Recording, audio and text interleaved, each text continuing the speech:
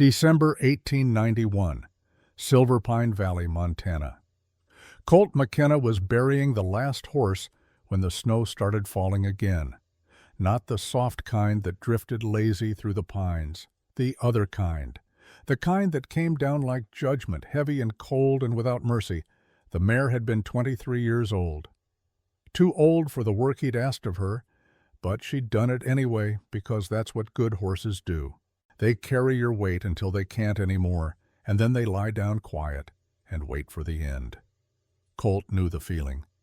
He stood over the grave, hat in his hands, watching the snow cover the fresh-turned earth. The shovel leaned against a fence post that needed replacing. Everything here needed replacing. The barn sagged on its north side. The corral fence had 3 rails missing. The cabin where he slept looked like a strong wind might take it apart, board by board, and scatter the pieces across Montana.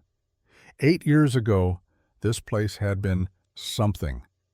47 horses, a barn with a straight roof, a woman who smiled when he came through the door at night. Now he had $32, a shovel, and a name the town whispered when they thought he couldn't hear. The Ghost. Not because he was quiet, though he was. Not because he kept to himself, though he did. They called him the Ghost because they thought he'd died 8 years ago and just hadn't had the decency to lie down yet. Maybe they were right. Colt put his hat back on. His hands were numb from the cold, but he didn't feel it anymore. He didn't feel much of anything anymore. That was the thing about dying on the inside. After a while, the outside stopped mattering. He walked back to the cabin, boots crunching through snow that came up past his ankles. The door stuck when he pushed it. Everything stuck in winter. He shouldered it open and stepped into the dark. 1 room, 1 chair, 1 plate, 1 cup, 1 fork. A stove that worked half the time. A bed he rarely slept in because sleeping meant dreaming, and dreaming meant Eleanor. He lit the lamp. The flame caught, sputtered, held. Yellow light spilled across the floor, showing every crack in the boards, every stain, every year of neglect. On the wall, a single photograph. Eleanor on their wedding day, her hand on his arm. Her smile bright enough to light up the whole territory. He'd taken this cabin apart 100 times in his mind, burned it to the ground in his imagination, but he'd never touched that photograph.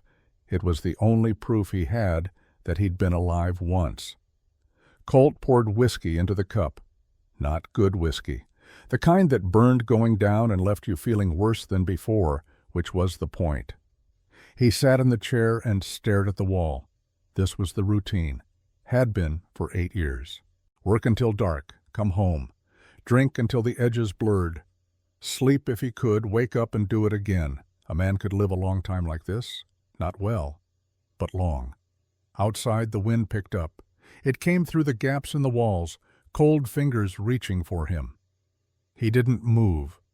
Just sat there with the cup in his hands, listening to the wind howl, listening to the cabin creak, listening to all the sounds of a world that kept turning whether you were part of it or not. Then he heard it. A knock, soft, hesitant, like whoever was out there wasn't sure they should be. Colt didn't move. People didn't come here. Not anymore. He'd made sure of that. Made himself so unpleasant, so silent, so thoroughly uninterested in human company that folks had learned to leave him alone. Another knock, harder this time. He set the cup down, stood, crossed to the door and pulled it open, ready to tell whoever it was to get lost. A child stood on his porch. A girl, maybe 7 years old. Thin as a rail, no coat, just a cotton dress that had frozen stiff. No shoes. Her feet were bare and bleeding, red against white snow. Her hair hung in her face, dark with ice. She was shaking so hard her teeth chattered. Colt stared at her. She stared back. Her eyes were old. That was the first thing he noticed. 7 years old, and her eyes looked like they'd seen 70 years of hard living. The kind of eyes you got when the world had taught you that hope was dangerous and safety was a lie. He knew those eyes. He'd seen them in the mirror. "Mister," she said. Her voice was small but steady. "My mama needs help." Colt's jaw tightened. He looked past her, into the dark. No one else. Just this freezing child on his porch, bleeding into his snow. "Where's your paw?" he asked. His voice came out rough. He hadn't used it much today. Hadn't used it much in 8 years. The girl flinched. Just a little. Just enough. "He's the problem," she said. Colt's hands curled into fists. He knew what that flinch meant. Knew what those bleeding feet meant. Knew what it took to send a 7-year-old girl running through a Montana winter with no shoes and no coat. Desperation. He should send her away, should tell her to go to the sheriff, go to the church, go anywhere but here. He wasn't equipped for this. Wasn't equipped for anything except shoveling dirt and drinking bad whiskey and waiting for the years to pass. But he looked at her feet again, at the blood, at the way she stood there shaking, waiting for him to decide if she was worth helping, and he heard Eleanor's voice, clear as day, like she was standing right behind him. "Promise me you'll live, Colt. Not just survive. Live." He'd made that promise 8 years ago, holding her hand while she died. He'd broken it every day since.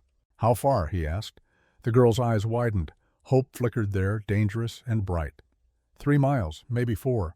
I ran as fast as I could, but the snow, it made everything look different, and I got turned around twice, and I thought maybe I was lost. But then I saw your light, and Mama said you were the only one who could help because you used to be Colt McKenna, and Mama said Colt McKenna was the bravest man in Montana. And I know it's dark and I know it's cold, but please, mister, please, my mama can't get up anymore, and he's going to come back, and when he comes back, he's going to hurt her worse." The words tumbled out in a rush. Not crying, not begging, just stating facts the way you'd read a list. Like she'd practiced this speech in her head during that 3-mile run through the snow. Colt felt something crack inside his chest, something that had been frozen for 8 years. It hurt. God, it hurt. "What's your name?" he asked. "Ivy Holloway." "Your mama's name?" "Ruth Holloway." Colt knew that name, Ruth Holloway. The school teacher who'd married Nathaniel Kane 5 years back. Kane owned half the valley, the big ranch up north, the bank, the lumber mill. The man had money and power and a smile that never reached his eyes. Colt had met him once, shook his hand, felt the coldness there, the careful control, the kind of man who measured everything and everyone and found them all wanting. If Nathaniel Kane was the problem, this wasn't going to be simple. Nothing ever was. "All right," Colt said. "Come inside before you freeze to death." Ivy stepped through the door. She moved careful, like she was used to making herself small, taking up as little space as possible.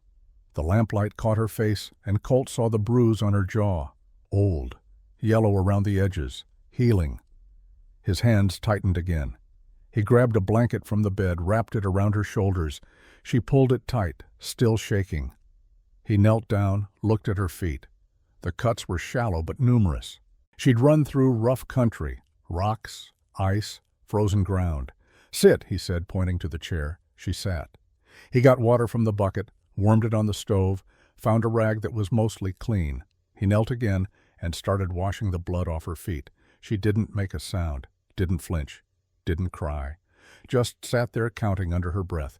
1, 2, 3, 4. Colt paused. "What are you counting?" Ivy looked down at him. "How long it takes. Counting helps. When he's mad, I count how many times. When Mama's hurt, I count how long until she can stand up.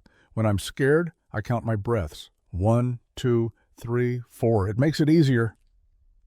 Something in Colt's throat went tight. This child had turned her whole life into numbers, because numbers were predictable. Numbers made sense. Numbers didn't hit you. He finished cleaning her feet, wrapped them in strips of cloth.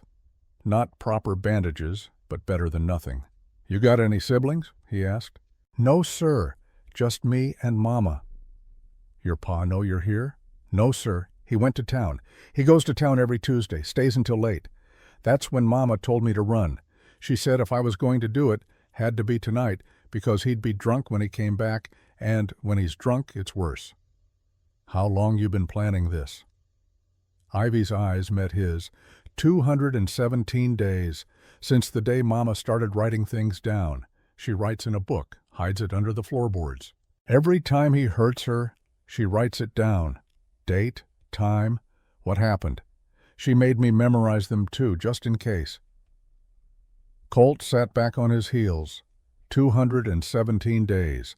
This woman had been planning her escape for 7 months, building evidence, preparing. And she'd sent her 7-year-old daughter through a blizzard to fetch help from a man she'd never met. That took more than desperation. That took courage. Why me? Colt asked. Colt. Why not the sheriff, the reverend, anyone in town? Ivy's voice went quiet. Mama said the sheriff works for Papa. The reverend's scared of him. Everyone's scared of him. But she said you used to be someone brave, someone strong, someone who did what was right, even when it was hard. She said maybe, if there was anything left of that man, maybe he'd help us. The words hit like a punch. Used to be someone brave. If there was anything left of that man. Colt stood, walked to the window, looked out at the snow falling thick and fast, covering everything, making the world clean and white and blank. 8 years. 8 years he'd spent being dead. 8 years of whiskey and silence and waiting for time to pass. And now this child was asking him if there was anything left worth saving. He didn't know the answer to that, but he knew what Eleanor would say. He turned back to Ivy. Tell me about your mama. She's hurt real bad this time. He hit her, and she fell, and she didn't get upright, and now her arm's bent wrong, and there's blood. And she keeps saying she's fine, but she ain't fine, and he's going to come back, and I can't watch him hurt her again. I just can't. The words broke at the end, the first crack in the armor. Ivy pressed her hand to her mouth like she could shove the emotion back inside, but her shoulders started shaking, and tears ran down her face, and she tried so hard not to make a sound. Colt knelt in front of her again, put his hand on her shoulder. Gentle, light. Hey, he said. Look at me. She did. Tears streaming, mouth pressed tight. You did good, Colt said. Running here, finding me, that took guts. Your mama's going to be real proud. You'll help her? Colt thought about the easy answer, the safe answer, the answer that kept him in this cabin, alone, undisturbed, slowly dying in peace. Then he thought about Eleanor, about the promise he'd made, about the fact that he'd wasted 8 years being a ghost when he could have been living. Maybe it was too late for him. But it wasn't too late for Ruth Holloway and her daughter. Yeah, he said, I'll help her. Ivy threw her arms around his neck, held on tight. Colt froze. He couldn't remember the last time someone had touched him, couldn't remember the last time he'd felt anything except numb. He awkwardly patted her back. After a moment, she let go. We need to move fast, Colt said. Before your pa gets home. He stood, grabbed his coat from the hook. Heavy wool, worn at the elbows. He put it on, then found his gun belt, checked the revolver. 6 rounds. He hadn't fired it in years, but he cleaned it every week out of habit. The weight of it on his hip felt strange, familiar and strange all at once. Can you ride? He asked Ivy. Yes, sir. Mama taught me. Good. We're taking the roan. She's old, but she's steady. He moved to the door, then stopped, turned back, looked at the photograph on the wall. Eleanor smiling, happy, alive. I'm trying, Ellie, he thought. I don't know if it's enough, but I'm trying. He opened the door. The wind hit them like a fist. Snow swirled in, already covering the porch. The temperature had dropped. This was shaping up to be a bad night, the kind of night people froze to death in. Colt pulled his hat down low, led Ivy to the small barn behind the cabin. Inside, the roan mare stood in her stall, head down, half asleep. He saddled her, quick muscle memory taking over. Ivy watched, still wrapped in the blanket. You ever been on a rescue before, Mr. McKenna? She asked. Long time ago, Colt said. Different life. What happened to that life? Colt pulled the cinch tight. It ended. Are you scared? Of Papa, I mean. People say he's dangerous. Colt lifted Ivy onto the saddle, swung up behind her. The mare shifted under their weight, then steadied. Yeah, he said, I'm scared. But you're going anyway? That's what brave means, kid. Being scared and going anyway. He kicked the mare into motion. They rode out into the storm. The wind screamed across the valley. Snow came at them sideways, stinging exposed skin, making it hard to see more than a few feet ahead. Colt kept the mare steady, one arm around Ivy to keep her from sliding off. She was still counting under her breath. 1, 2, 3, 4. You don't have to count right now, Colt said. I know, but it helps. Always helps. They rode in silence for a while. The world narrowed to the crunch of hooves in snow, the whistle of wind, the darkness pressing in from all sides. Colt's mind wandered. He didn't want it to, but it did anyway. Back 8 years. Back to another winter night. Another ride through a storm. Eleanor had been 7 months pregnant. The baby had come early. Too early. She'd been in pain. Terrible pain. And there was blood, and Colt had known. He'd known they needed a doctor, but the nearest doctor was 20 miles away, over the pass, and the snow was coming down, and she'd said, "Wait, please wait, it'll pass," but he hadn't waited. He'd put her on a horse, wrapped her in blankets, started riding. They'd made it 6 miles before she'd collapsed. Before the contractions had stopped and the breathing had gotten shallow, and he'd realized too late that he'd killed her. Killed her with his stubbornness. His certainty that he could fix anything if he just pushed hard enough. His refusal to accept that some things were beyond his control. She'd died in his arms in the middle of nowhere, the baby too, a boy. He would have been 8 years old now. Colt had buried them the next morning, dug through frozen ground until his hands bled. Put them in the earth together, mother and son, wrapped in the quilt Eleanor had been making for the nursery. Then he'd ridden back to the ranch, sold off the horses one by one, stopped talking to people, stopped being Colt McKenna, and started being the ghost. And now, here he was, 8 years later, riding through another storm to save another woman. History had a sick sense of humor. "Mr. McKenna?" Ivy's voice pulled him back. "That's our house." Colt looked up. Through the snow he could see lights. A big house, 2 stories, well built. The kind of house that spoke of money and status and power. Nathaniel Kane's house. Colt's gut tightened. He'd been hoping Ruth was hurt bad enough to need help, but not so bad it was too late. He'd been hoping they had time. But looking at that house, dark except for one window on the ground floor, he felt the weight of the moment settle on him. Whatever happened next, there was no going back. He dismounted. Helped Ivy down. She grabbed his hand, her small fingers cold even through the glove. "Side door," she whispered. "Mama's in the kitchen." They moved around the house, staying low. The side door was unlocked. Ivy pushed it open, and warmth spilled out, along with the smell of something burning. The kitchen. Colt stepped inside. His eyes adjusted to the light. A woman lay on the floor, dark hair, thin, her left arm bent at an angle that made Colt's stomach turn. Blood on her face. Her dress torn. She was conscious, barely, her eyes half open, lips moving without sound. Ivy ran to her. "Mama, Mama, I brought help. I brought Mr. McKenna." Ruth's eyes found Colt. Even through the pain he saw the intelligence there, the strength. This was a woman who'd been beaten down, but not beaten. Not yet. "Mr. McKenna," she whispered. Her voice was hoarse. "I'm sorry. I shouldn't have. I shouldn't have sent Ivy. But I didn't know who else. And he's coming back, and when he comes back he'll—" "Easy," Colt said. He knelt beside her, looked at the arm. Broken. Definitely broken. Probably the ulna, maybe the radius too. He looked at her face. Bruises old and new, split lip, one eye swollen shut.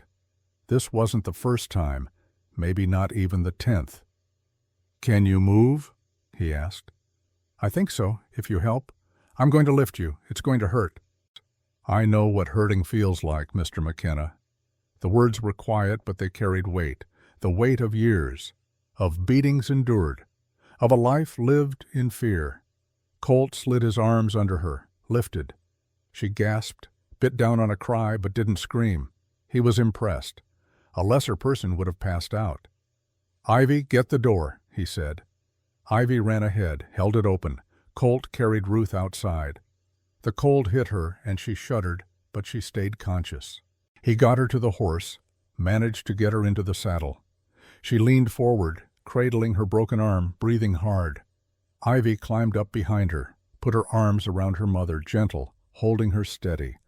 Colt was about to mount when he heard it, hoofbeats, coming fast. He turned. Through the snow he saw a rider, big man, heavy coat, riding hard toward the house. Nathaniel Kane. "Go," Colt said to Ivy. "Ride back to my cabin. Don't stop. Don't look back." "But go!" Ivy kicked the mare. The horse took off, carrying Ruth and Ivy into the dark. Colt stood alone in the snow, watching Nathaniel Kane ride closer, closer. The man dismounted 20 feet away. He was tall, broad-shouldered, wearing expensive clothes under the coat. His face was hard, the kind of hard that came from years of getting everything he wanted and crushing anything that got in his way. His eyes found Colt, then the open door, then the tracks in the snow. "Where is she?"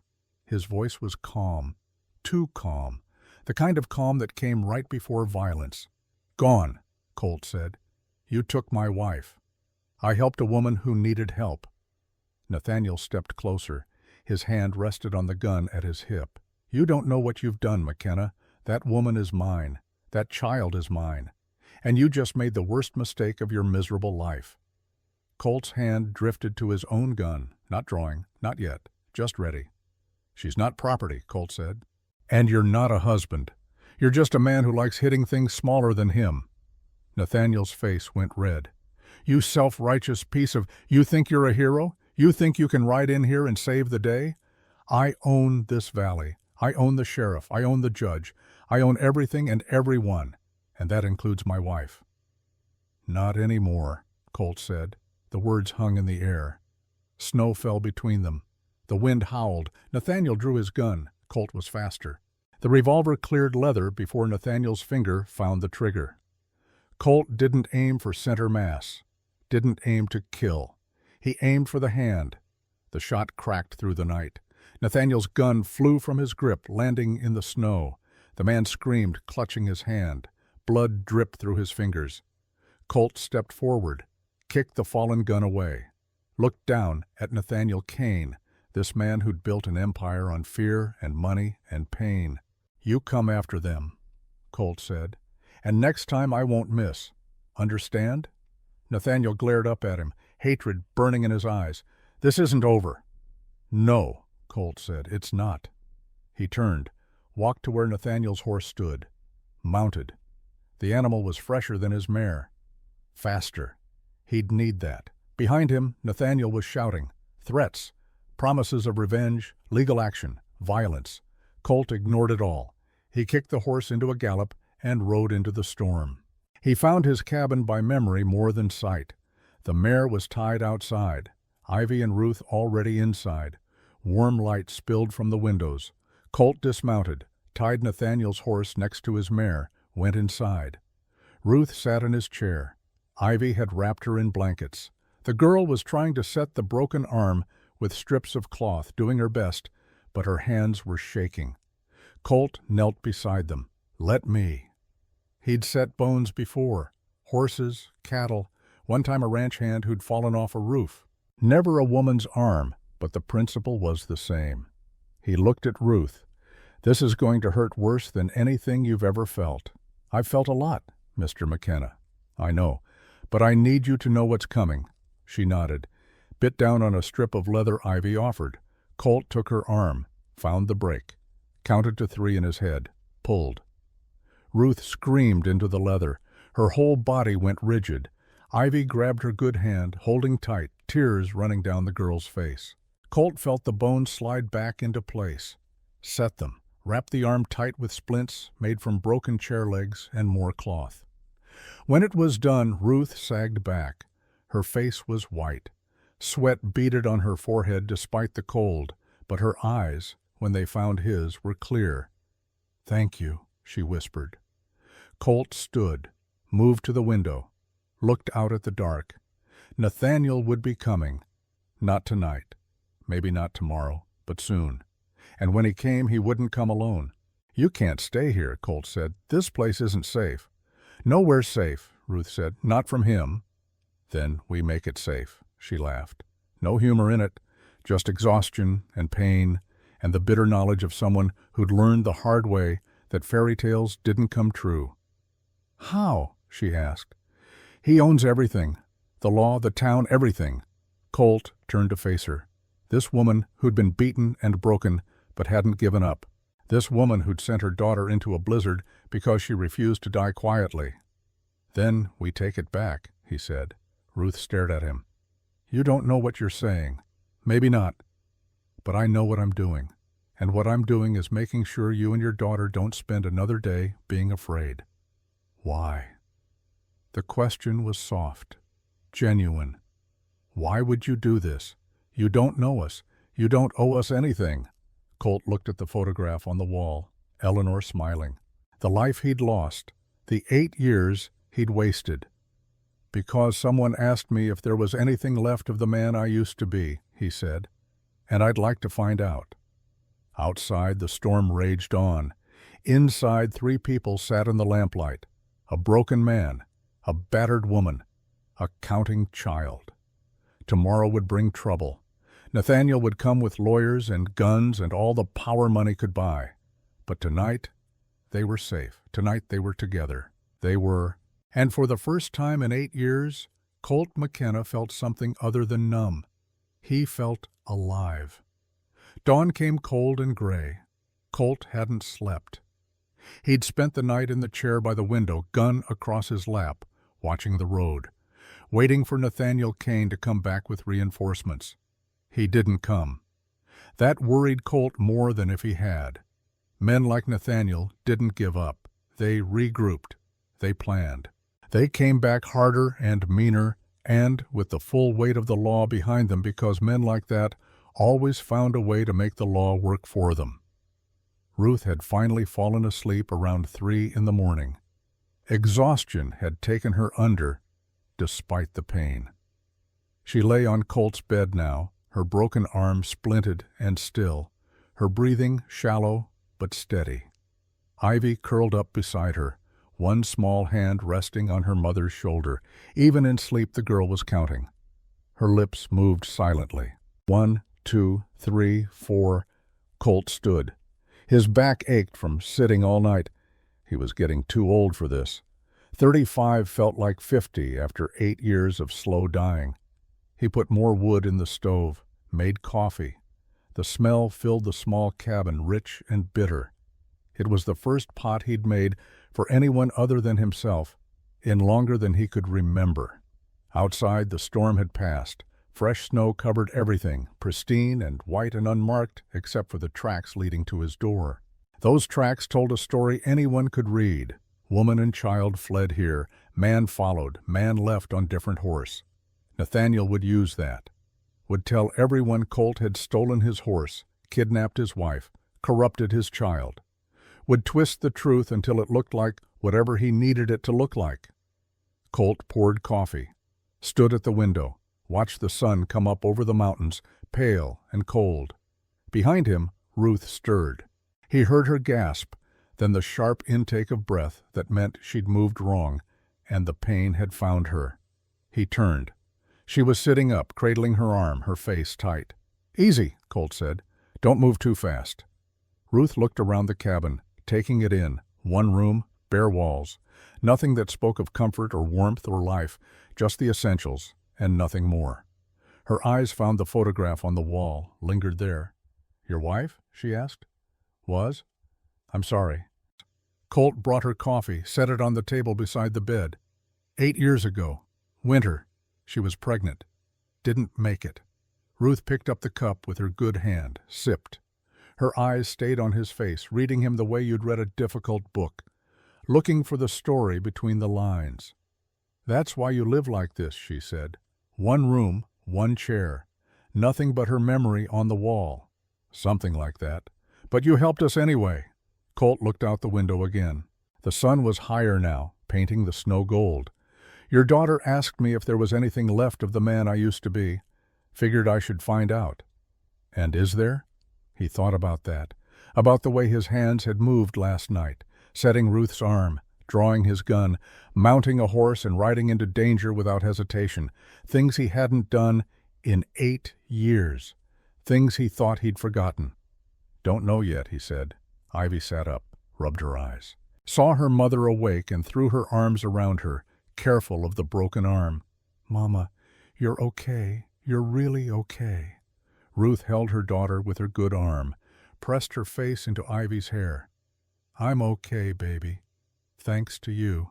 Thanks to Mr. McKenna. Ruth looked at Colt over Ivy's head. Yes, thanks to Mr. McKenna. The moment stretched. Colt felt uncomfortable under her gaze. He wasn't used to gratitude. Wasn't used to being looked at like he mattered. He cleared his throat. You both need to eat. Then we need to talk. He made breakfast. Cornmeal mush. Nothing fancy, but it was hot and filling. They ate in silence. Ruth struggled with one hand. Ivy helped her. The girl was good at helping. Too good. She'd learned young. When they finished, Colt sat across from them, put his hands flat on the table. Nathaniel's going to come after you, he said. Not today, maybe not tomorrow, but soon. And when he does, he's going to use every tool he's got. Money, lawyers, the sheriff. He'll make it legal. Make it look like you're the one in the wrong. Ruth's jaw tightened. I know. You got any proof? Anything we can use? Ruth looked at Ivy. The girl nodded, ran to the corner where they'd left the small bag she'd carried. She dug under the floorboards, pulled out something wrapped in cloth, a book. She brought it to the table, unwrapped it. A simple leather journal, the pages worn from handling. Ruth opened it. Her handwriting filled every page. Neat, careful, dates and times and descriptions. 217 days, Ruth said. Every time he hurt me, every bruise, every broken bone, every threat. I wrote it all down. And Ivy memorized it in case he found the book and destroyed it. Colt took the journal, started reading.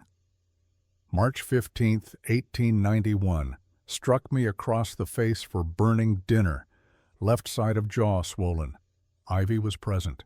She counted 4 blows. April 3rd, 1891. Grabbed my wrist and twisted until it broke. Told the doctor I fell. Nathaniel stood beside me the whole time, smiling. Made sure I told the right story. May 22nd, 1891. Locked me in the cellar for 2 days. No food, no water. Said I needed to learn obedience. Ivy left food outside the door. He found it and beat her for it. First time he ever touched her. The entries went on, page after page. A catalog of cruelty, a record of systematic abuse. 217 days of hell written down in neat, careful handwriting. Colt set the journal down. His hands were shaking.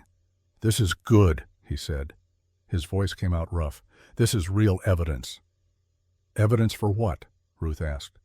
There's no law against a man disciplining his wife. No judge in Montana is going to side with me over Nathaniel Kane. He's rich. He's respected. He's a pillar of the community. And I'm just his wife. You're a woman who refused to die quietly, Colt said. That's worth more than all his money. Ruth laughed. Bitter. Tired.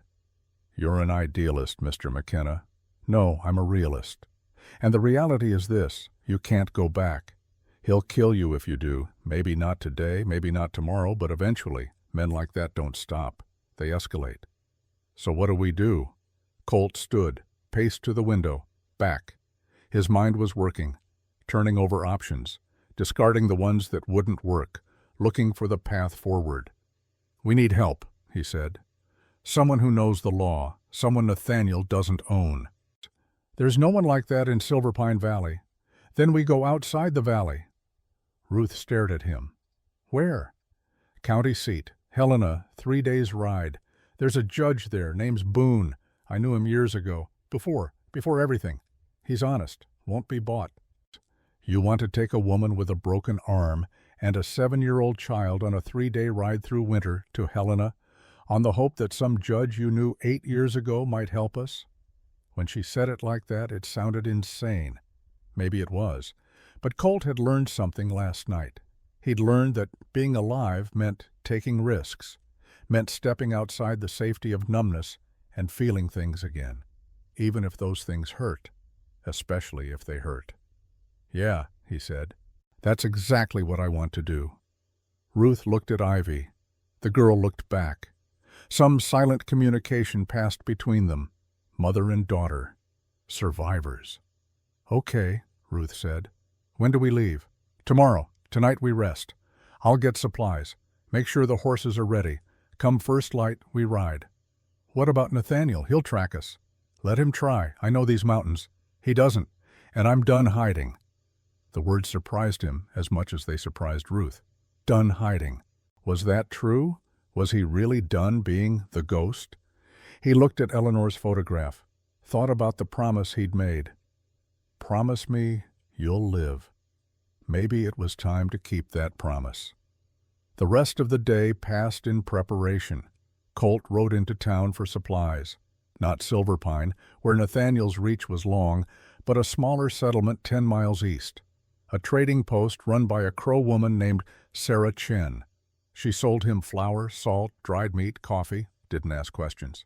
Sarah had been married once to a white trader who'd beaten her. She'd left him, taken her daughter, started over. She understood. "You helping someone?" she asked as she packed the supplies. "Trying to." "The Holloway woman?" Word traveled fast. Colt shouldn't have been surprised. "Yeah." Sarah's hands paused. "Nathaniel Kane won't let her go easy." "I know." "You prepared for that?" Colt met her eyes. "I'm prepared to try." Sarah added an extra pound of coffee to the pack. Didn't charge him for it. "My daughter's 19 now. Happy, safe. Because someone helped me when I needed it most. You ever need anything, Colt McKenna, you come find me." "Thank you." He rode back as the sun set. Orange light spilled across the snow. The mountains stood black against the sky, beautiful and cold and indifferent to human suffering. At the cabin he found Ruth teaching Ivy to write. They sat at the table, Ruth guiding her daughter's hand with her good one, forming letters. "What are you writing?" Colt asked. Ivy looked up. "My name. Mama says I need to know how to write it, so when we go to court, I can sign the paper." "What paper?" Ruth's eyes met his. "The testimony. Ivy's going to testify. Tell the judge everything she saw, everything she counted." Colt felt his chest tighten. "She's 7 years old." "I know. But she's the strongest person I've ever met. And her words matter." He looked at Ivy. This child who'd run 3 miles through a blizzard, who'd memorized 217 entries of abuse, who counted to survive. "You sure about this?" he asked her. Ivy set down the pencil, looked at him with those old eyes. "Mr. McKenna, I've been watching Papa hurt Mama my whole life, counting the hits, counting the days, counting the times she cried when she thought I was asleep. I'm tired of counting. I want to talk instead." The words hit harder than any fist. Colt nodded. "Okay, then we make sure someone listens." That night they slept in shifts. Colt took first watch, then Ruth, her broken arm making sleep impossible anyway, then Colt again before dawn. No one came. But at first light, as they were loading the horses, Colt saw something that made his blood run cold. Riders on the ridge, 3 of them, too far to identify, but close enough to be watching. Nathaniel's men. They weren't attacking, not yet. Just watching, letting Colt know they were there. Letting him know Nathaniel was planning something. "We need to go," Colt said. "Now!" They mounted up. Ruth struggled with one arm, but she managed. Ivy sat behind her mother. Colt took the lead on Nathaniel's horse, now his. The mare followed, carrying supplies. They rode east, away from Silver Pine Valley, into the mountains. The first day was hard. Ruth was in pain, though she tried to hide it. Ivy was quiet. too quiet. The kind of quiet that came from fear. They made camp that night in a stand of pines. Colt built a small fire, not big enough to be seen from a distance, but enough for warmth. They ate dried meat and hard bread, barely spoke. Colt sat first watch. The stars came out, brilliant and cold. He could see his breath in the air. Ruth came and sat beside him, wrapped in a blanket. "Can't sleep?" he asked. "Arm hurts too much." He nodded. They sat in silence for a while. The fire crackled. Somewhere in the dark, an owl called. "Mr. McKenna," Ruth said. "Why are you really doing this?" "Told you. Your daughter asked me a question. There's more to it than that." Colt was quiet for a long time. When he spoke, the words came slow, dragged up from a place he hadn't visited in 8 years. "My wife died because I was stubborn," he said. "Because I thought I could fix everything myself. Because I didn't ask for help when I should have. She died in my arms in the middle of nowhere, and I never got to tell her I was sorry, never got to make it right. So you're making it right with us?" "I don't know." Ruth's hand found his, squeezed. Her fingers were warm despite the cold. "You saved my life," she said. "You saved Ivy's life. That man is worth keeping, Colt McKenna." She'd used his first name, not Mr. McKenna, just Colt, like they were equals, like they were friends. It had been 8 years since anyone had called him by his first name. "Get some sleep," he said. "I'll wake you in a few hours." She went back to the fire, lay down beside Ivy. The girl immediately curled into her mother's side. Colt sat alone in the dark, keeping watch, thinking about Eleanor, thinking about Ruth, thinking about the strange way life circled back on itself, giving you second chances when you least expected them. The second day was worse. Ruth developed a fever. The broken arm was infected. Colt had feared this. He'd done his best, but he wasn't a doctor. Broken bones could go bad fast in the cold. They stopped early. Made camp by a frozen stream. Colt boiled water, made Ruth drink willow bark tea for the fever. It helped, but not enough. That night, he sat beside her while she shivered under every blanket they had. "We need to get you to a doctor," he said. "We're 2 days from Helena. Keep going." "Ruth?" "Keep going, Colt. I didn't come this far to turn back because I'm a little sick." A little sick. Her fever was 103 at least. Her arm was swelling. The infection was spreading. But her eyes were clear, determined. This woman had endured 217 days of abuse. A fever wasn't going to stop her. "Okay," Colt said, "but if you get worse, we're finding the nearest town with a doctor." "Deal." Ivy sat on the other side of her mother. The girl hadn't said much all day. Now she looked at Colt with something like fear. "Is Mama going to die?" she asked. The question cut through him like a knife. "No," he said. He tried to make it sound certain, final, the kind of promise you could build a life on. But he remembered making the same promise to himself 8 years ago, promising that Eleanor would be fine, that they'd make it to the doctor, that everything would work out. He'd been wrong then. "Mr. McKenna's right, baby," Ruth said. Her voice was weak but steady. "I'm not going anywhere. I've survived worse than a fever." Ivy nodded, didn't look convinced. Her lips pressed tight, holding back words too big for a 7-year-old to carry. Colt moved away from the fire, stood at the edge of camp, looked out into the darkness. He'd failed Eleanor. If he failed Ruth too, if this woman died because he'd dragged her and her daughter into the wilderness, he didn't think he'd survive it. Not mentally, not spiritually. He'd just be the ghost again. But this time, he'd deserve it. Behind him, Ruth called his name. Weak. Urgent.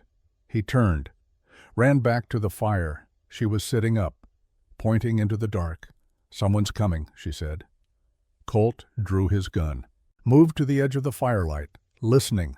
Hoofbeats. Multiple horses, coming fast. He cocked the hammer. "Ivy, get behind me." The girl scrambled to obey.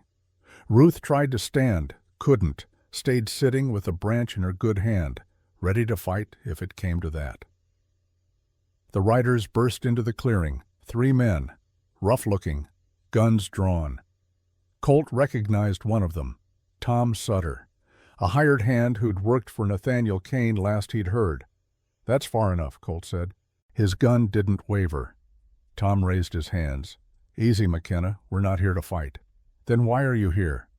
"Nathaniel sent us. Said to bring Mrs. Kane back. Said you kidnapped her and the child. Said there's a warrant out for your arrest." "There's no warrant." "There will be by morning. Sheriff Dowd's signing it at first light." Of course he was. Nathaniel owned the sheriff, probably owned the paper it was written on. "Ruth Holloway came with me by choice," Colt said. "She's not going back." Tom looked at Ruth, saw the fever, the broken arm, the fear in her eyes. Something changed in his face. He'd known her, Colt realized, before she'd married Nathaniel, when she'd been the school teacher, when she'd smiled. "Mrs. Holloway," Tom said. "That true? You came willing?" Ruth stood. It cost her. She swayed on her feet, but she stood. "Yes," she said. Her voice was stronger than it had been. "I'm leaving my husband. He's been beating me for 5 years. I have proof. I have witnesses, and I'm not going back, not ever." Tom's hands lowered. He looked at the other 2 men. They looked uncomfortable. This wasn't what they'd signed up for. Tracking down a kidnapper was one thing. Dragging a sick woman back to her abuser was another. "Nathaniel's offering $500 for her return," Tom said. "That's a lot of money." "It is," Colt agreed. "But I look at her, and I remember the woman who taught my daughter to read, who stayed late after school to help kids who were struggling, who always had a kind word even for rough folks like me." Tom holstered his gun. "I can't do it," he said. "I can't take her back to him." One of the other men spoke up. "Tom, that's $500. I know what it is, and I know what we'd be doing, and I won't do it. You boys want that money, you're on your own." The other 2 looked at each other, looked at Ruth, looked at Ivy standing beside Colt, this 7-year-old girl who'd been through more than they could imagine. One by one they holstered their guns. "We'll tell Nathaniel we lost your trail," Tom said. "Give you a head start. But he's got other men, meaner ones. They won't be so particular about right and wrong." "How long do we have?" Colt asked. "Day, maybe 2. After that he's sending the Barlow brothers. They'll track you to hell and back for $500. And they won't care about sick women or little girls." Colt knew the Barlows. Everyone in Montana knew the Barlows. Brothers, bounty hunters, the kind of men who'd burn down an orphanage if the price was right. "Thanks for the warning," Colt said. Tom nodded, looked at Ruth one more time. "I'm sorry, ma'am, for what you've been through, for not seeing it sooner, for not doing something when I should have." Ruth's eyes filled with tears. "You're doing something now. That matters." Tom and his men rode away. Their hoofbeats faded into the darkness. Colt turned to Ruth. She was crying, not from pain, from relief, from the unexpected kindness of a man who'd chosen decency over $500. "There are good people," she said, "even here, even now." "Yeah," Colt said, "there are." He helped her lie back down, put another blanket over her. The fever was still high, but she was smiling. That had to count for something. Ivy curled up beside her mother. "Mr. McKenna, are the bad men going to catch us?" Colt thought about lying, thought about telling her everything would be fine. But this child deserved the truth. She'd lived with lies long enough. "I don't know," he said, "but I'm going to do everything I can to make sure they don't. Promise?" He looked at her, this brave, broken, beautiful child who'd learned to survive by counting. "I promise." She nodded, closed her eyes. Within minutes, her breathing slowed. Sleep took her, and for once, it looked peaceful.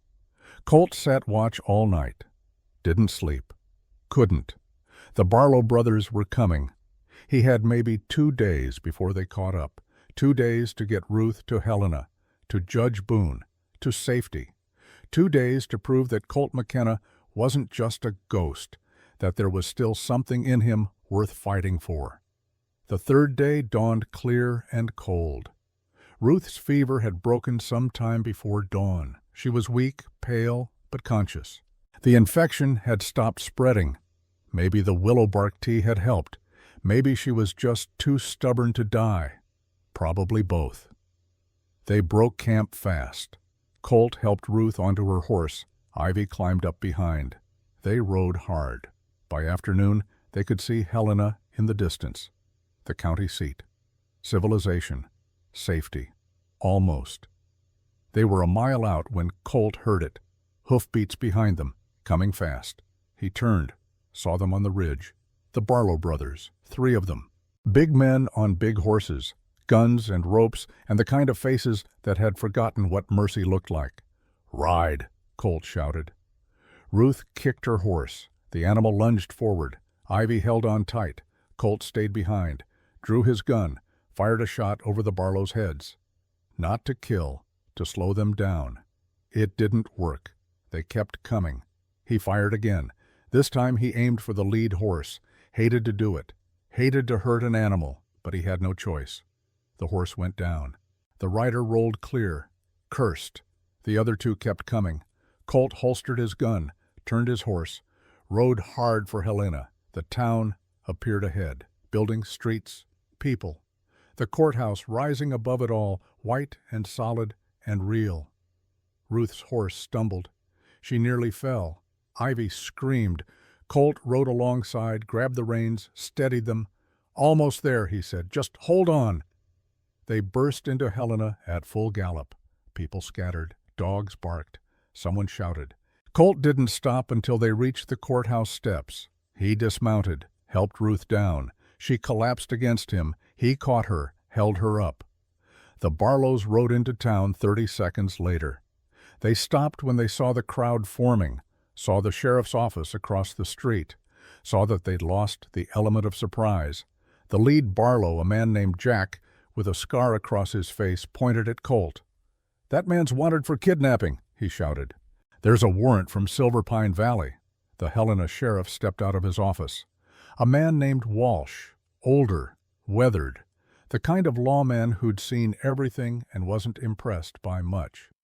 "That right?" Walsh asked Colt. "No, sir. This is Ruth Holloway.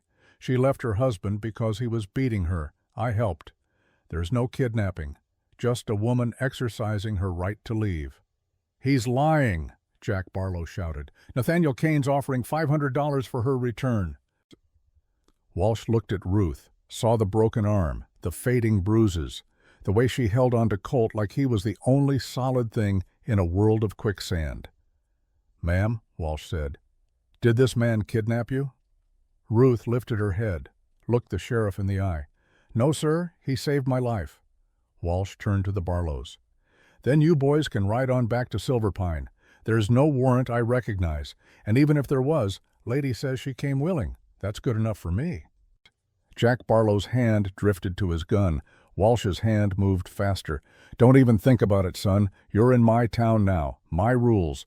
And my rules say you holster that weapon and ride out, now."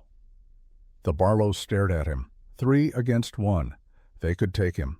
Could probably take the whole town if they wanted. But Walsh wasn't backing down. And the crowd was growing. People didn't like bounty hunters, didn't like men who chased sick women and little girls for money. Slowly, Jack Barlow backed his horse up. "This ain't over." "Yeah, it is," Walsh said. "Get out of my sight." The Barlows rode away, slow, reluctant, but they rode.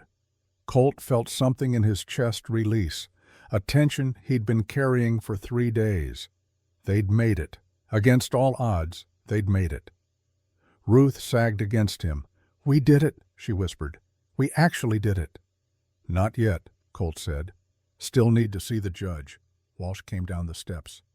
"Judge Boone's inside. Got court in session right now, but I reckon he'll make time for this." He led them into the courthouse, up the stairs, down a hallway, to a door marked Chambers. He knocked. A voice called out, "Come in." They entered. Judge Boone sat behind a desk covered in papers. He was older than Colt remembered. White hair, lined face, but his eyes were sharp, missing nothing. He looked up, saw Colt. His eyebrows went up. "Colt McKenna," he said. I heard you were dead." "Not quite," Colt said. "Not anymore." Boone's eyes moved to Ruth, to Ivy, took in the broken arm, the exhaustion, the fear barely held in check. "What can I do for you?" he asked. Ruth stepped forward, pulled out the journal, set it on the desk.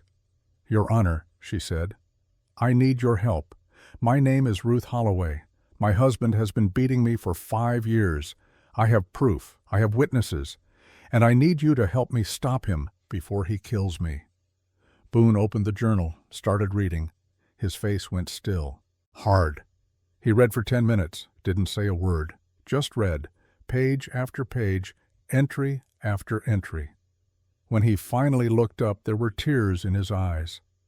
"Mrs. Holloway," he said, "I lost my daughter 2 years ago. Her husband beat her to death. I didn't know, didn't see, and she died because I wasn't paying attention." He closed the journal, folded his hands on top of it. "I can't bring my daughter back," he said, "but I can help you, and I will, starting right now." Ruth's knees buckled. Colt caught her. She was crying. Great heaving sobs of relief, of hope, of the overwhelming realization that someone believed her. Ivy wrapped her arms around her mother, held tight, stopped counting. And Colt stood there watching this woman and this child finally find safety, and he felt something he hadn't felt in 8 years. He felt like maybe, just maybe, he'd kept his promise to Eleanor after all. Maybe he really was living again. Judge Boone scheduled the hearing for 2 weeks out. 2 weeks to gather witnesses. 2 weeks to build a case. 2 weeks for Ruth to heal. 2 weeks for Nathaniel Kane to prepare his counterattack. Colt found them a boarding house on the edge of Helena, nothing fancy. 2 rooms, clean beds. A landlady named Mrs. Patterson who asked no questions and charged fair prices. She took one look at Ruth's broken arm and Ivy's haunted eyes and said, "First week's free. Pay me when you're back on your feet." There were good people in the world. Colt was remembering that. The first few days passed in a blur. Ruth saw a doctor, Dr. Yates, a young man fresh from medical school back east. He examined her arm, reset it properly, gave her laudanum for the pain and willow bark for the infection. "You're lucky," he told her. "Another few days, and you'd have lost the arm, maybe your life." Ruth looked at Colt when the doctor said that. Her eyes held something Colt couldn't quite name. Gratitude, yes, but more than that, recognition, like she was seeing him clearly for the first time. "I had help," she said. Dr. Yates examined the journal too, made notes, documented each injury Ruth described, built a medical record that corroborated her testimony. "I'll testify," he said. "What was done to you, it wasn't discipline. It was torture. And I'll make sure Judge Boone knows it." Ivy spent those first days quiet. Too quiet. She'd stopped counting, which should have been good. But the silence worried Colt more than the numbers had. On the 3rd day, he found her sitting on the boarding house porch, just sitting, staring at nothing. He sat beside her, didn't speak, just sat. After a while, she said, "Is it really over?" "The running part is. The rest we'll see. Papa's going to come, isn't he?" "Probably." "Are you scared?" Colt thought about lying. Thought about being the strong, fearless hero little girls were supposed to believe in, but Ivy deserved better than fairy tales. "Yeah," he said, "I'm scared." "Of Papa? Of failing you? And your mama? Of making promises I can't keep?" Ivy was quiet for a moment. Then she said, "You know what I'm scared of?" "What?" "That one day I'll wake up and this will all be a dream, that I'll be back in that house, and Papa will be downstairs, and Mama will be on the kitchen floor. And I'll be counting again, 1, 2, 3, 4, forever." Colt's throat went tight. He put his hand on her shoulder, small and thin under his palm. "That's not going to happen," he said. "You can't promise that." "No, but I can promise I'll do everything in my power to make sure it doesn't. That good enough?" Ivy looked up at him, studied his face. looking for lies, looking for doubt. She must not have found any because she leaned against his side. Just a little, just enough. "Yeah," she said, "that's good enough." They sat there until the sun went down, man and child, both scared, both hoping, both learning what it meant to trust again. On the fifth day, Nathaniel Kane arrived in Helena. Colt was at the general store buying supplies when he saw him, riding down Main Street like he owned it. 3 lawyers behind him, expensive suits, briefcases, the kind of legal firepower money could buy. Nathaniel saw Colt. Their eyes met across 50 feet of dusty street. Nathaniel smiled, cold, confident, the smile of a man who'd never lost and didn't plan to start now. Colt didn't smile back, just held his gaze, level, unflinching. After a moment, Nathaniel looked away, rode on to the hotel. The lawyers followed like well-dressed shadows. Colt finished his shopping, walked back to the boarding house. Ruth was sitting in the small parlor, reading to Ivy from a book Mrs. Patterson had lent them. She looked up when he entered. Read his face. "He's here," she said. Not a question. "Yeah." Ruth set the book down. Her hands were shaking. She pressed them flat on her lap, forced them still. "I knew he'd come, but knowing and seeing are different.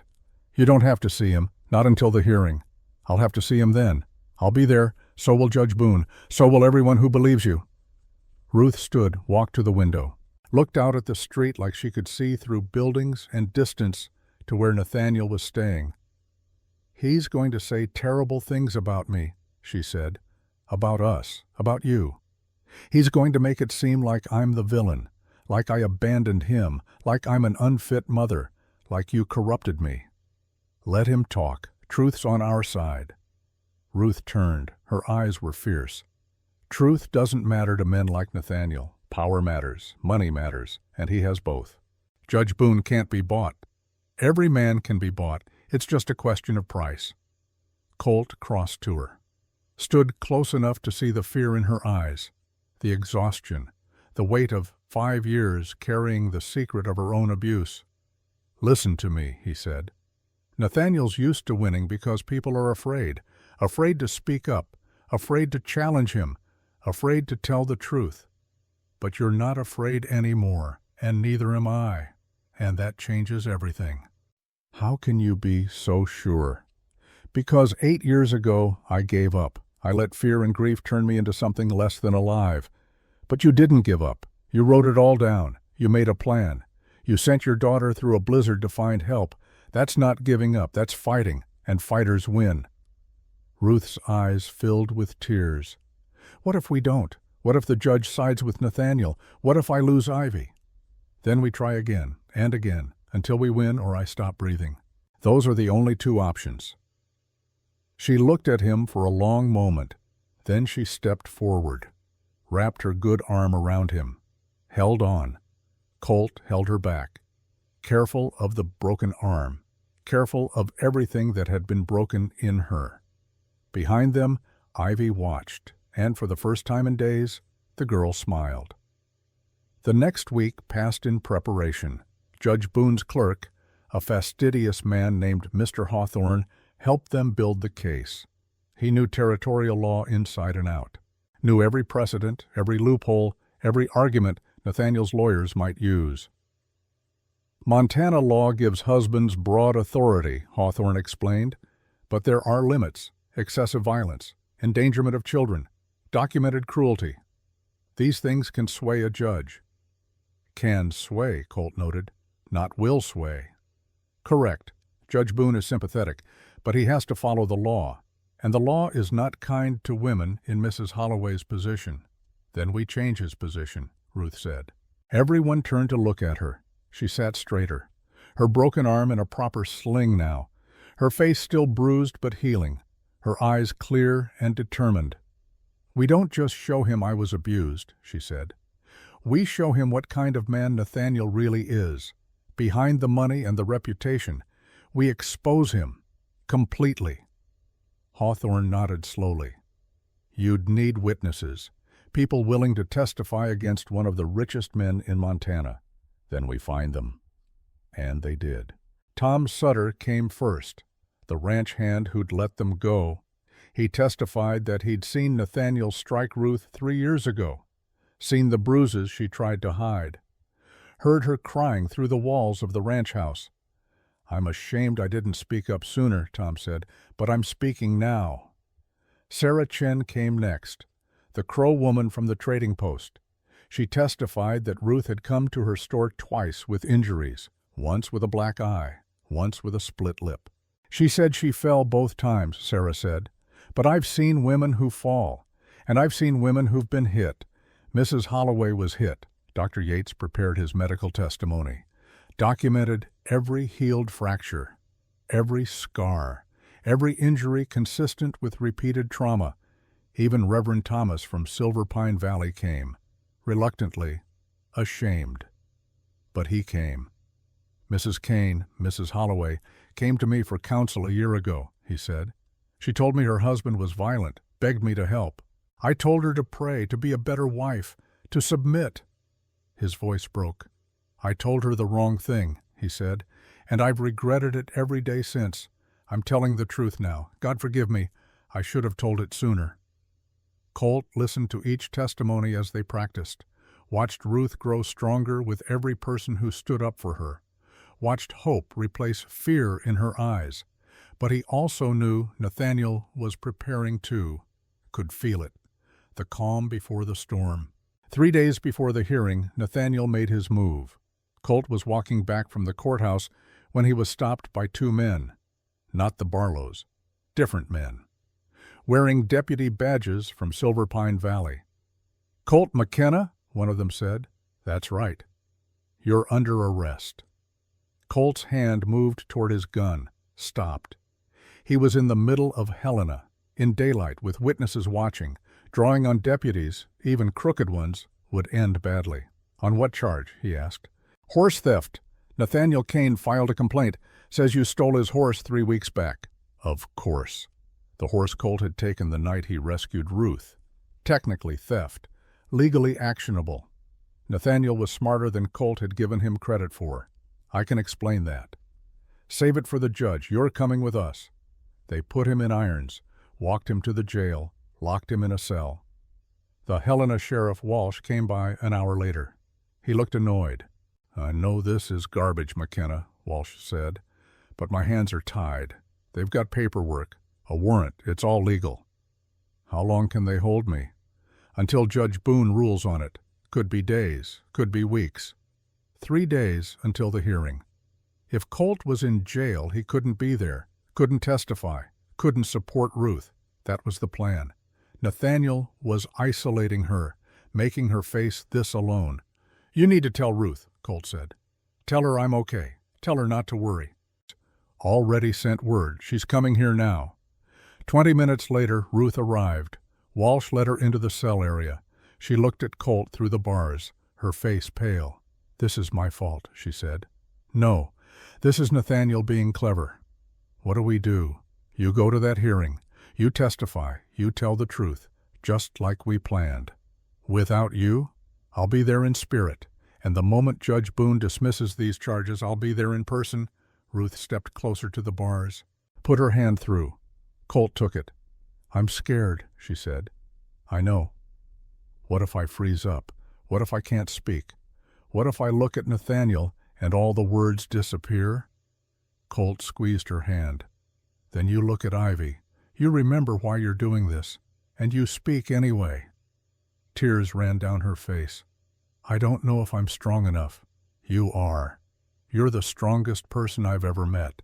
You survived 5 years of hell. You wrote it all down. You made a plan. You executed it. You got yourself and your daughter to safety. That's not weakness, Ruth. That's strength I can't even imagine." She held his hand through the bars. Neither spoke, just held on. After a while she said, "When this is over, when we've won, what happens then?" "What do you mean?" "With us. With you. Do you go back to your cabin? Back to being the ghost?" Colt thought about that. About the man he'd been. About the man he was becoming. About Eleanor and promises and second chances. I don't know, he said honestly. I know I'm not the same man I was 3 weeks ago, but I don't know who I am yet. Still figuring that out. Ruth smiled, small, sad. Well, when you figure it out, I hope you'll let me know. You'll be the first. She leaned forward, kissed him through the bars. Quick, gentle, meaning more than words could say.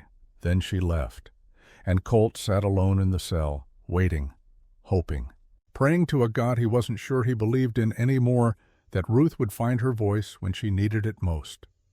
The day of the hearing dawned cold and clear. Colt woke in his cell, watched the sun rise through the small window, listened to the town come alive outside. He was still in jail. Walsh had tried to get him released, but the Silver Pine deputies had dug in, said they needed to transport him back for trial. Walsh was fighting it, but the law was the law. At 9 o'clock, Walsh came to the cell. Hearing starts in an hour, he said. I'm sorry, McKenna, I tried. I know, thank you. For what it's worth, the whole town's talking. Most folks are on Mrs. Holloway's side. Word spreads about what Kane did to her. People don't like it. Good. I'll come back after, let you know how it went. Walsh left. Colt sat, waited. At the courthouse, Ruth arrived with Ivy. Mrs. Patterson had come with them. Moral support. A friendly face in a room that would soon be full of hostile ones. The courtroom was packed. Word had spread. People wanted to see, wanted to know if justice would be served or if money would win like it always did. Ruth took her seat at the plaintiff's table, Hawthorne beside her. Ivy sat in the front row, close enough to reach if Ruth needed her. The doors opened. Nathaniel entered, 3 lawyers behind him. Expensive suits, confident smiles. They took their seats at the defense table. Nathaniel looked at Ruth. She looked back, didn't flinch, didn't look away. Something flickered in his eyes, surprise, maybe, or fear. The realization that the woman he'd broken wasn't broken anymore. Judge Boone entered. Everyone stood. Be seated, Boone said. He looked tired, like he'd slept as poorly as Colt had. We're here in the matter of Holloway versus Kane, petition for legal separation and sole custody. Mr. Hawthorne, you may begin. Hawthorne stood, straightened his papers.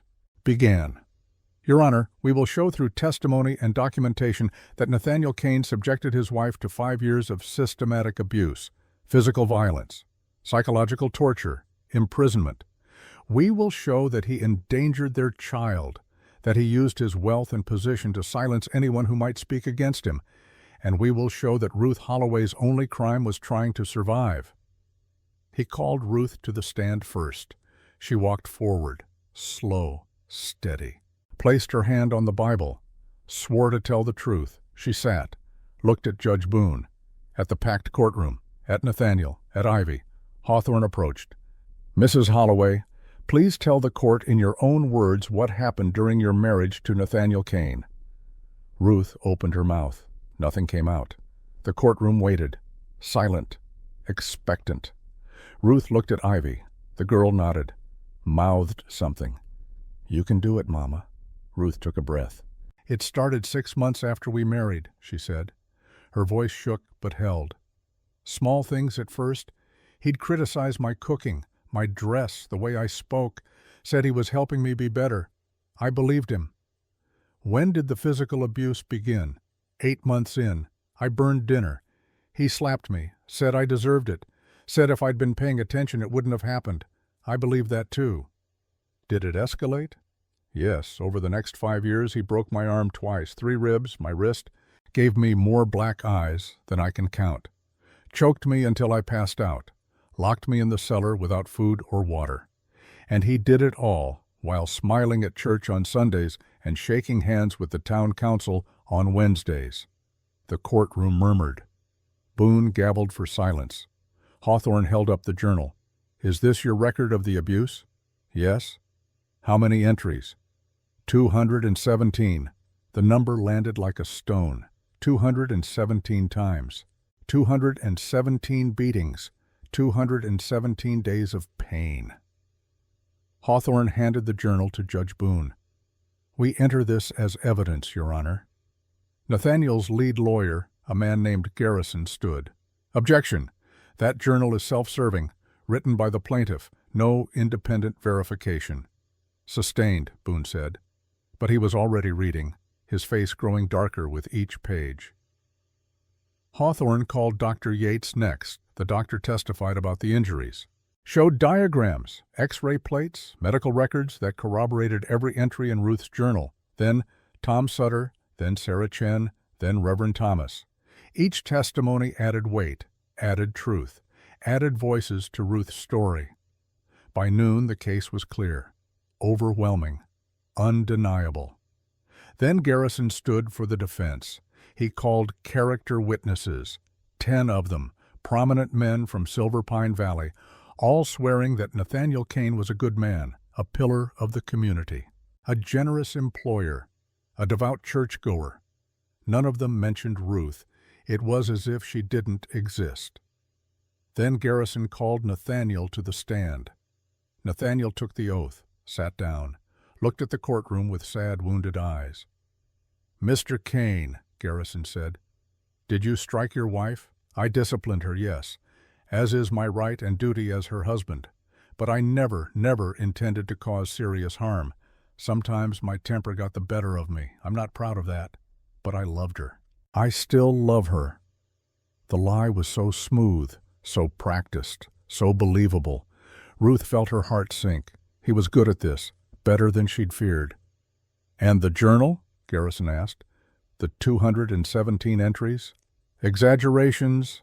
My wife has always been, forgive me, prone to dramatics, to making mountains out of molehills. I'd correct her. She'd write it down as abuse. I'd raise my voice. She'd write it down as violence. She's not well, Your Honor, hasn't been for years. And I fear this man McKenna has taken advantage of her fragile state." "Objection." Hawthorne stood. "Your Honor, we have medical evidence, witnesses, a child who counted every blow." Garrison smiled. "Ah, yes, the child. We'd like to call Ivy Holloway to the stand." Ruth's blood went cold. "No, she's 7 years old. She's the plaintiff's primary witness," Garrison said. "If we're to believe her testimony, we must hear it directly." Judge Boone looked uncomfortable, but he nodded. "The child may testify." Ivy stood, walked to the front, so small, so young. The bailiff had to put a box under her feet so she could reach the witness chair. Ruth wanted to run to her, wanted to grab her, and run out of the courtroom and never look back. But she stayed seated, hands clenched in her lap, watching her daughter face the man who'd hurt her mother 217 times. Garrison approached, smiled, kindly, paternally. "Hello, Ivy," he said. "Do you know why you're here?" "Yes, sir." "You're here to tell the truth. Do you understand what that means?" "It means not lying." "Good. Now, Ivy, your mother says your father hit her. Did you see this happen?" "Yes, sir." "How many times?" 217 times. Murmurs in the courtroom. Garrison's smile slipped. "Just for a second. That's a very specific number. I counted every time." "You counted every time your father disciplined your mother?" "He didn't discipline her. He hurt her." "Children often misunderstand what they see. Perhaps your father was simply—" "I counted 14 blows on June 7th, Ivy interrupted. Her voice was clear, strong. "I was behind the stove. He hit Mama with his right hand, 4 times in the face, 3 times in the body, 2 times on the back when she tried to crawl away. Then he kicked her 5 times, 14 total. Mama's rib made a cracking sound on the 9th blow. I know because I counted." The courtroom went silent, absolutely silent. Garrison stared at the child, this 7-year-old girl who'd just recited violence like she was reciting multiplication tables. You counted the blows?" "I counted all of them. Would you like me to list them?" "I remember. March 15th, 4 blows. April 3rd, the day he broke Mama's wrist, 6 blows. May 22nd, the day he locked her in the cellar, no blows, but she was down there for 48 hours, and I left food and he found it. And then he hit me for the first time, 2 blows, and I started counting those too." Garrison backed up. He looked at Judge Boone, at the jury box, though there was no jury. At Nathaniel. Nathaniel was white as a sheet, staring at his daughter like he'd never seen her before. "No further questions," Garrison whispered. Hawthorne stood. "Your Honor, I'd like to redirect." "Proceed." Hawthorne approached Ivy gently. "Ivy, why did you count?" "Because I couldn't make him stop. I was too small. But I could count. And if I counted, I could remember. And if I remembered, I could tell someone. Someday." "And you told Mr. McKenna?" "Yes, sir. I ran to his house, 3 miles. My feet were bleeding, but I didn't stop because Mama said he was the only one brave enough to help us." "One more question, Ivy. Do you want to go back to your father's house?" Ivy looked at Nathaniel, this man who'd raised her, fed her, clothed her, and taught her to count suffering like other children counted sheep. "No, sir," she said. "I never want to see him again." The courtroom erupted. Voices raised, people shouting, Judge Boone's gavel cracking like gunfire. "Order! Order in this court!" Slowly the room quieted. Boone looked at the lawyers, at Ruth, at Ivy, at Nathaniel. "I'm going to recess for 1 hour," he said, "to review the evidence and testimony. We'll reconvene at 2 o'clock for my ruling." He stood, left. The courtroom slowly emptied. Ruth ran to Ivy, pulled her into her arms, held her so tight the girl gasped. "You were so brave," Ruth whispered. "So brave." "Did I do good, Mama?" "You did perfect." They sat together, waiting, hoping, praying. At 2 o'clock, Judge Boone returned. Everyone stood, sat. The room was more crowded now. Word had spread. This was the moment. "I've reviewed all testimony and evidence," Boone said. "I've considered the arguments presented by both sides, and I've prayed for guidance because the decision I'm about to make will affect lives in ways I cannot fully predict." He paused, looked at Ruth. "Mrs. Holloway, approach." Ruth stood, walked forward, stood before the bench. "In my 40 years on the bench," Boone said, "I've seen a lot of cruelty, a lot of suffering. But I have never in all those years seen a more damning record of systematic abuse than what you've presented here today. Your journal, your daughter's testimony, the medical evidence, the witnesses, together they paint a picture of a woman who endured hell and somehow found the strength to escape it." He turned to Nathaniel. "Mr. Kane, you are a wealthy man, a powerful man, but wealth and power do not grant you the right to brutalize another human being. You have violated every vow you took when you married this woman.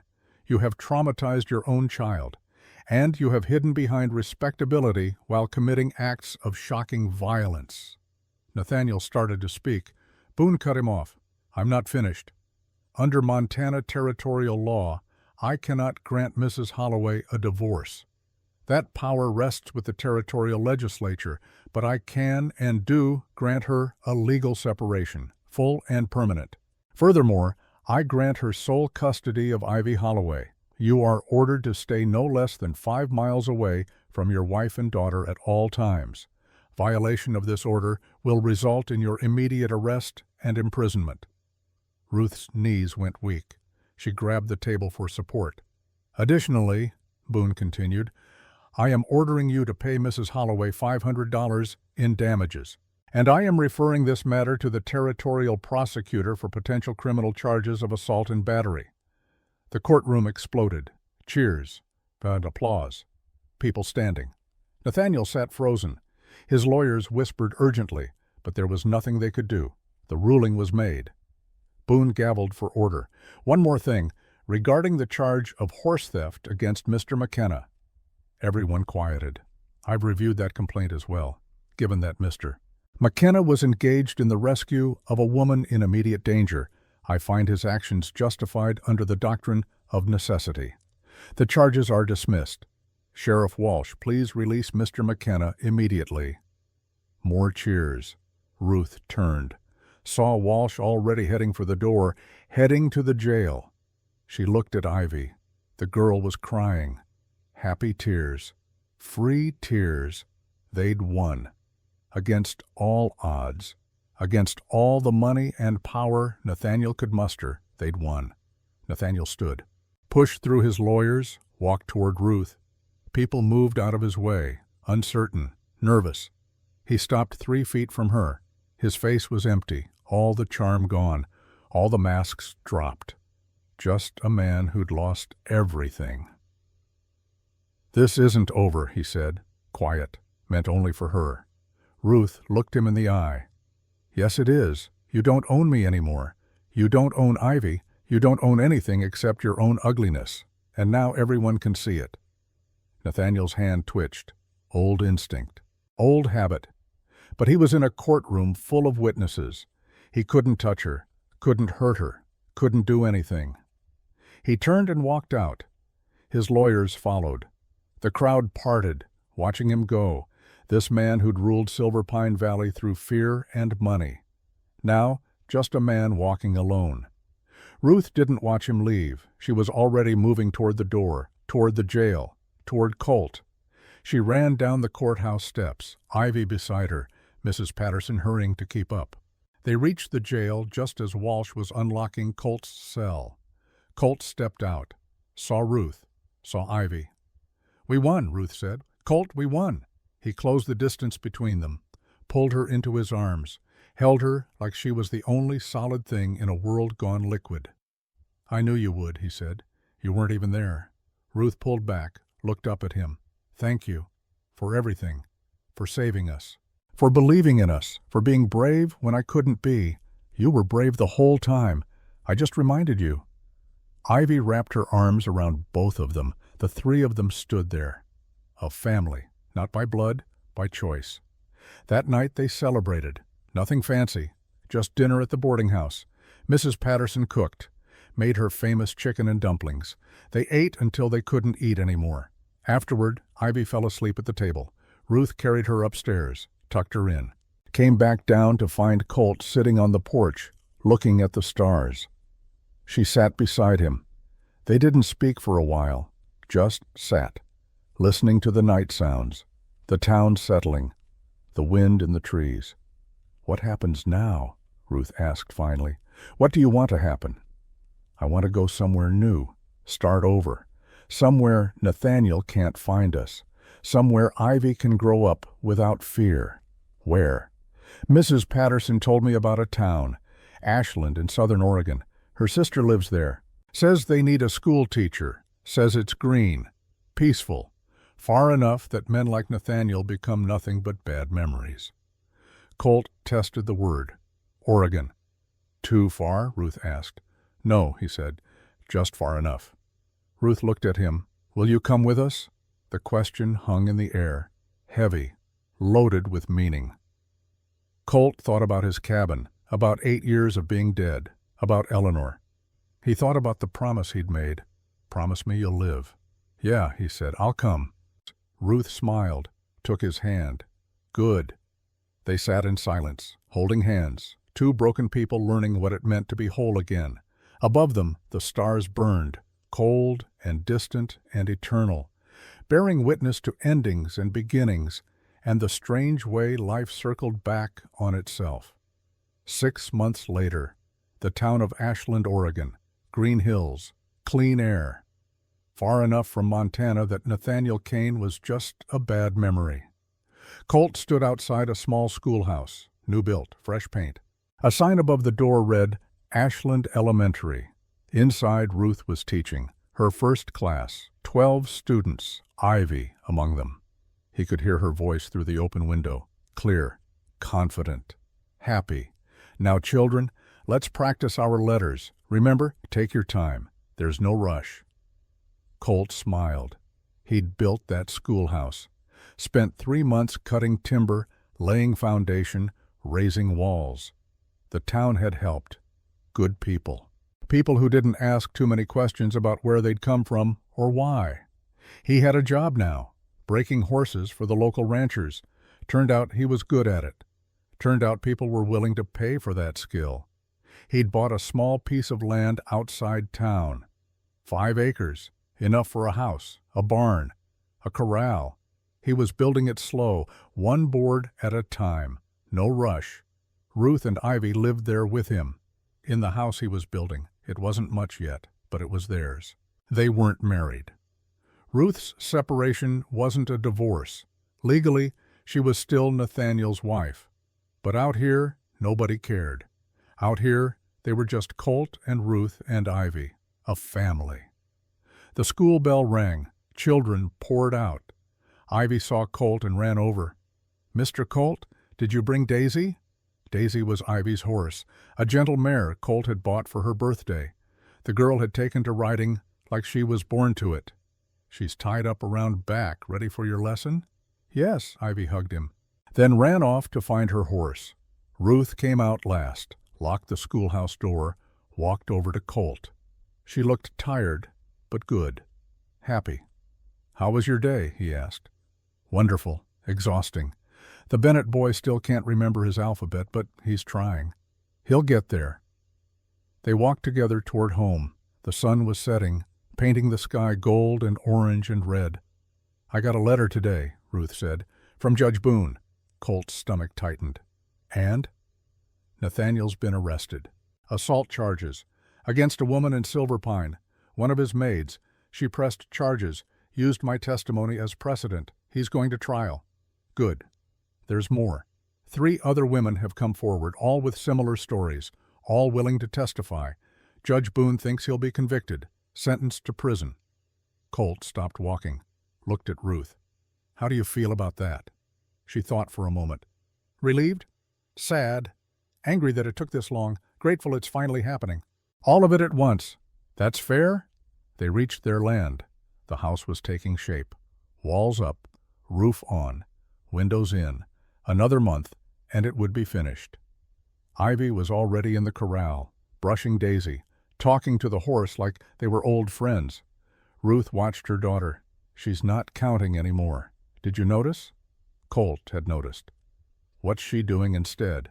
"Singing. She makes up songs. About horses and sunshine and home. I never knew she could sing." "She never could. Not in that house. She can now." Ruth leaned against him. He put his arm around her. "Do you ever think about going back?" she asked. "To Montana, to your cabin?" "Sometimes. Not to stay, just to visit." "Visit what?" "Eleanor's grave. I haven't been there since the day I buried her. Keep meaning to go, keep finding reasons not to." Ruth was quiet. Then she said, "We could go together, if you wanted. Pay our respects. Say goodbye properly." Colt looked down at her. This woman who'd survived hell and come out the other side, who understood grief and loss and the complicated way you carried both. "Yeah," he said, "I'd like that." The next spring they made the journey, rode back to Montana, to the valley Colt had fled, to the small graveyard on the hill. Eleanor's grave was overgrown, 8 years of neglect. Colt knelt, pulled the weeds, cleaned the headstone. Eleanor McKenna, beloved wife, taken too soon. He sat there for a long time. Ruth and Ivy gave him space, waited at the bottom of the hill. "I'm sorry I left you here alone so long," Colt said to the stone. "I'm sorry I wasted 8 years being half dead. But I'm trying now, Ellie. I'm trying to live like you asked. Got a woman and a girl who need me. Got a home I'm building. Got a reason to wake up in the morning." The wind blew, soft, gentle, like a caress. "I'll always love you," Colt said. "But I'm learning I can love you and still move forward. Can honor your memory and still build a new life. Hope that's okay with you." No answer. Just the wind, just the grass, just the Montana sky stretching forever. Colt stood, put his hand on the headstone one last time. "Thank you," he whispered, "for everything, for loving me, for making me promise to live, for giving me a reason to keep that promise." He walked back down the hill. Ruth took his hand. Ivy took the other. They rode away together, heading west, toward Oregon, toward home. Behind them, the grave stood silent. The wind blew. The grass grew. And somewhere, in whatever place souls went when bodies failed, Eleanor McKenna smiled. Because the man she'd loved was finally living again. And in the end, that was all she'd ever wanted. The end.